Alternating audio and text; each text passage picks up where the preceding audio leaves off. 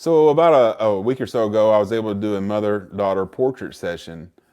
And she'd asked me to do this portrait session a while ago, but the weather in Oklahoma has been so bad, and it's early spring, and nothing's green yet. Everything's just kind of brown and nasty. So we decided to go ahead and do like a studio top setup and do a photo shoot indoors. Now, I've never done a studio shoot indoors before, but had bought some gear to do that for something I had planned in the future. So I was excited to get it all out, test it all out, and see how it went. I'm going to kind of go over my setup today, and as I roll along here, I'm going to show you some photos that we took that day and show you how they turned out. The daughter is 3 years old, and 3-year-olds can be pretty challenging. You know, if you've ever heard of the terrible twos, I think that is a complete misconception of the thing. Things don't get crazy until they turn 3 years old, and when kids turn 3 years old, man, it's on. So photographing a kid in the 2 to probably 4 range can be a little bit challenging, but hey, we did the best we could and got what we got. And I think the pictures turned out real well. So just to kind of show you the setup that I kind of had, I had a yellow backdrop. And when I bought the paper backdrop, I bought 107 inches by 36 feet of paper. And when I initially got that in, I mean, it's literally like 8 or 9 feet tall. And when I initially got that in, I was like, man, there is no possible way. I mean, that is so big. I thought I'd have to order the smaller size because I thought it was just too big, you know?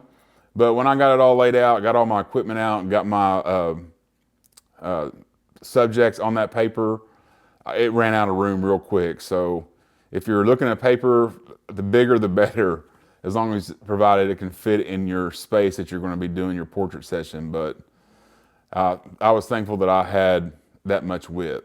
See, I got my paper set out, and this right here was going to be my key lot. And my key lot was a Westcott FJ 400 with the Manny Ortiz beauty dish in there. And I think that's like 30 something inches big, and it puts off a nice big lot. And I enjoyed that for the key lot. Now for this one over here, it was just kind of like a fill lot. And I used the FJ 200 simply because it was just so much more cheaper than I didn't want to, there's no way I could afford another FJ 400. So I went with the 200 for my fill lot. And then I got a Godox softbox umbrella type of modifier. I would never buy that type of modifier again. It's just a little bit cumbersome to work with, like when you're trying to adjust everything and get everything just right. It was just kind of a pain in the butt to deal with. So if I was to do it again, I wouldn't try to save the money there.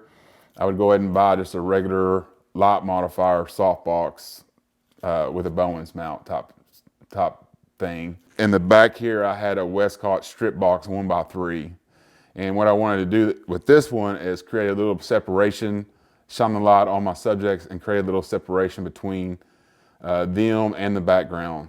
And I did that for a few of my pictures, but for the most part, I had it pointing straight at the background to brighten the background up and make it more vibrant yellow. On these two setups right here, the fill light and the strip box in the back, I used Amazon Basics light stands.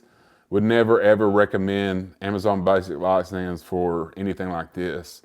Like you got a $15 stand, you got a $400 or $300 light or so sitting on top of it.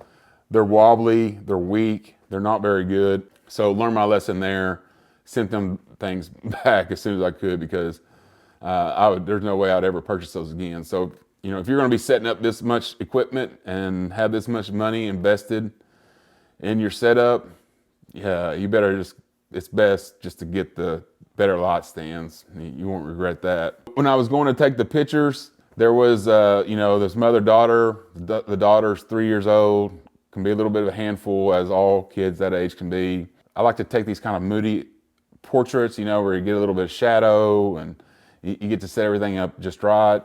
And I tried doing that for the first 15 to 20 minutes and quickly realized that that was going to be pretty much out of the questions. They were standing up, they were sitting down, they were over to the left, they were over to the right, they were just kind of everywhere. And I just had to be taking pictures when they were ready to take pictures. I couldn't be worried about where their replacement was or anything like that. I just had to be able to take the picture when they were ready. So basically what I had to do is just create a scenario and point the lights forward where I'd get good lighting and no matter what position they were in. So I really didn't get a lot of those, kind of moody shadow photos. Now this is my favorite photo right here that I got. Turn it into black and white. I think it turned out great. I don't know if she was too far forward to get the fill light or my fill light failed to go off for this photo. This is the one I like best out of all of them. So let's go over my camera settings a little bit.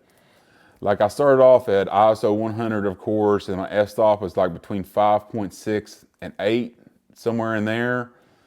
And my shutter speed was around 200, I believe. And I just kept getting motion blur in my photos because kind of what was going on is the mother and daughter, they would just kind of, for more or less, they would just start playing, And those were the best shots that I found to get while they were just kind of, playing around, messing around.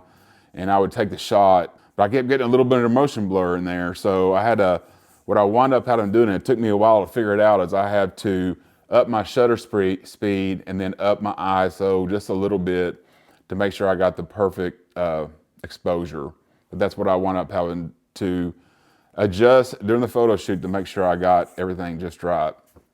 Now, one thing that I did that I've never done before in this photo shoot is I used a tethering system, and I used the old Sony Edge imaging app, I believe is what it's called, and you put it on your laptop, and you plug your camera into that, and in every shot it shows you your images you took.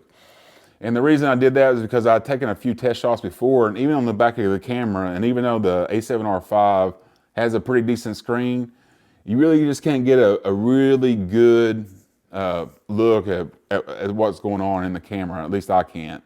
I would highly advise anybody doing any kind of studio portraits to do a tethering setup.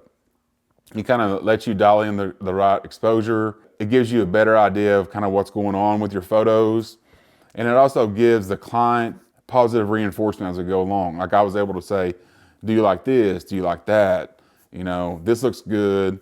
And they would agree, or maybe we go in a little bit different direction.